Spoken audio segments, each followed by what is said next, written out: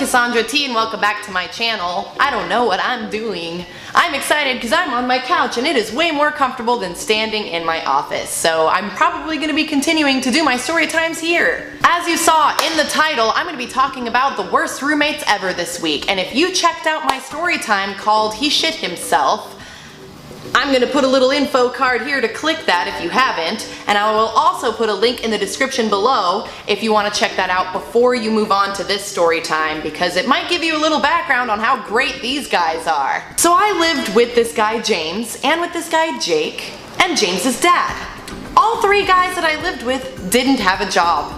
I was the only one with a job in this house. So you can see where this is going on how great it was to live with three people that don't work. So James and Jake had no job, like I said, and also they decided they wanted to smoke pot all day. And that's all they did. All day. Every day. They would smoke pot and they would play video games and they would steal from me all the time, but we'll get to that. Also, James's dad would wake up in the morning around 8 or 9 every day, go to the fridge, crack open a beer, and drink until the wee hours of the evening, and that was his day. So I'm living with two potheads that are high all day and an alcoholic that drinks all day. Yeah! So I lived with these guys. I really needed a place to live, and I always needed a place to live when I was a teenager because, I don't know, I was just bouncing around between roommates all the time. And James's dad needed help with rent because he had unemployment and that wasn't really enough to cover it. So I put up with a lot of crap from these guys because I needed a place to stay, and I also felt bad for James's dad. Granted, he did drink a lot, but he wasn't a bad guy. He was actually pretty nice, kind of ridiculous, but nice. So I worked at a job where I would receive cash tips every day, and I would come home and put my cash tips somewhere hidden in my room because I wouldn't have time every day to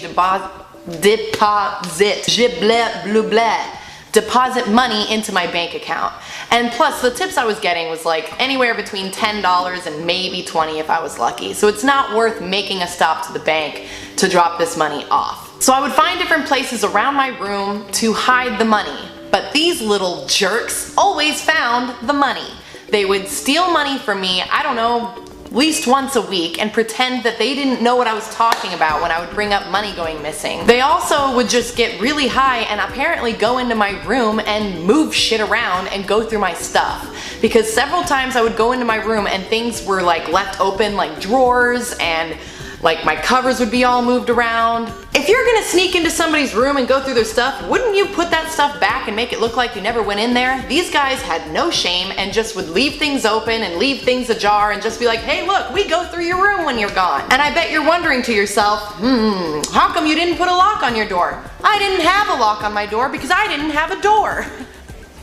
There was like this attic room at the top of this house. It was like you would go upstairs and there was a little hallway upstairs, and I was in this like very short room that was an attic. It was very tiny.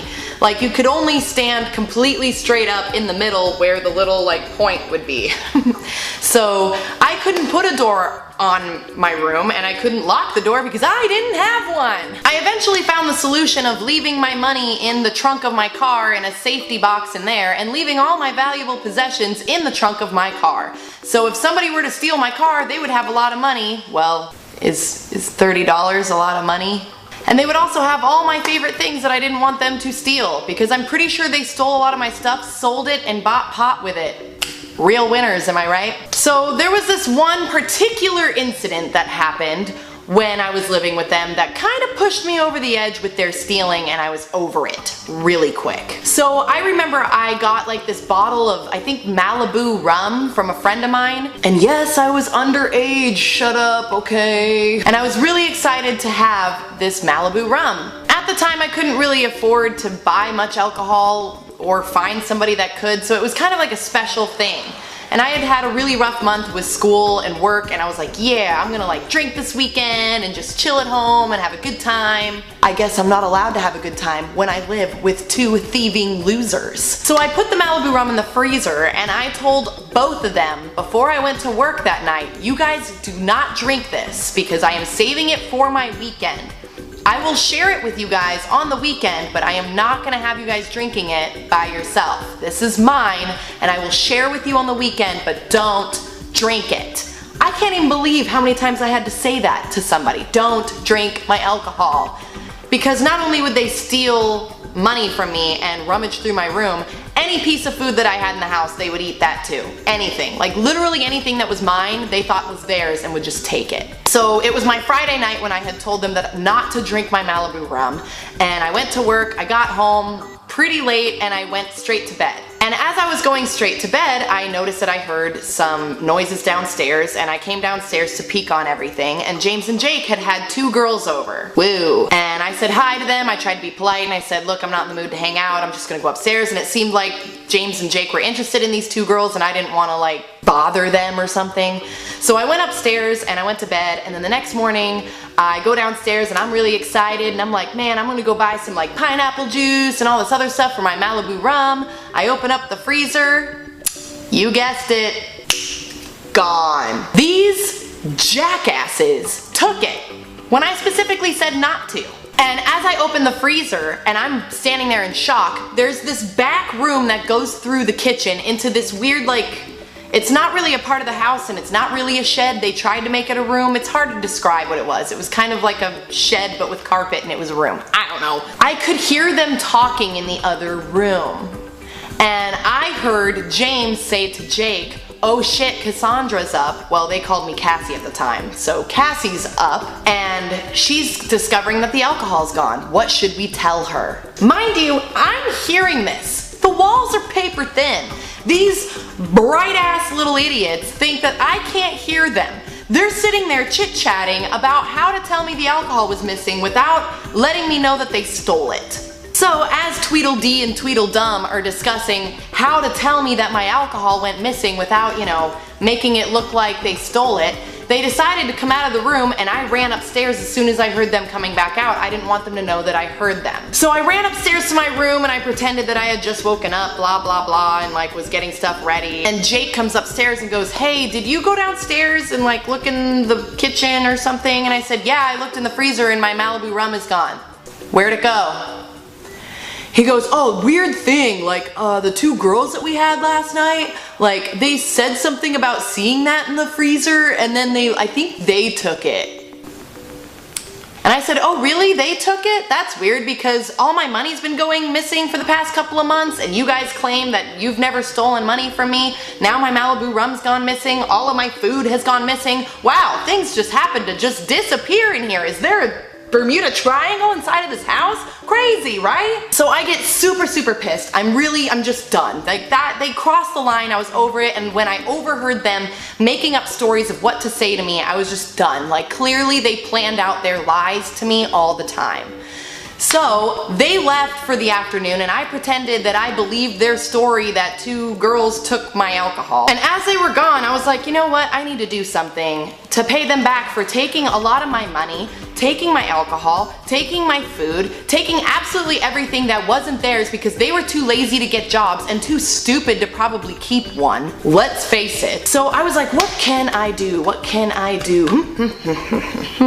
Bing, bing, bing. I know what I can do. I went out to that little like shed room area that I told you guys about and I found their bong. If you don't know what a bong is, it's what you smoke weed out of, okay? And I found other things that they smoked weed out of. And I was like, ooh, these are pretty expensive. So I went in the backyard and I smashed them on the ground. I remember I called him and I said, hey, where you guys at?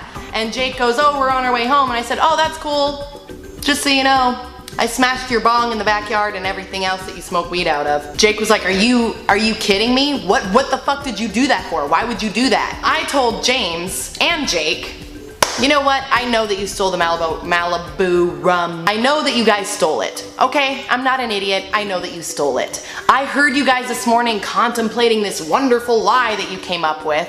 And Jake goes, I don't know what you're talking about. Oh, that never happened.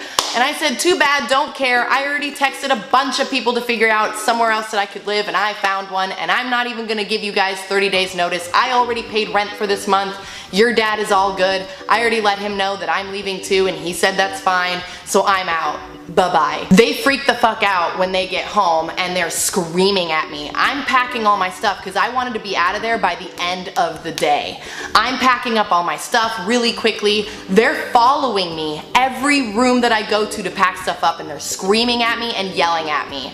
I call my dad, who wasn't living in Oregon at the time like I was. He was living here in Vegas. And I tell him what's going on. I was really scared, to be honest, because these guys were getting in my face. They were screaming at me and being absolutely ridiculous. I'm calling my dad and I'm freaking out and I'm like, what the hell am I supposed to do? I just want to pack my shit and leave, and they keep bothering me. And so James comes up to me as soon as he hears I'm on the phone, and he goes, you can't leave. You can't leave till you pay us for our bong that you broke, or we're gonna call the cops. Oh, you're gonna call the cops? Because back then, weed was illegal in Oregon, and what are you gonna do? Tell the cops that I destroyed your illegal bong for you to smoke weed in illegally? Man, you guys are geniuses. Go ahead and call the cops. I would love to hear that cop's response. And he said, whatever, and just got really mad at me and got in my face even more. And my dad was on the phone and I could hear him screaming, I'm gonna call the cops if I hear this guy yelling at you one more time. And I told my dad, I was like, it's cool, don't worry, I'm gonna just pack the rest of my stuff and leave. So I remember being in the kitchen and I packed up the rest of the stuff that I had and I went to leave the kitchen, and then James goes like this, boom, blocks me from leaving the kitchen and says, you're not going anywhere. And I said, to hell I'm not.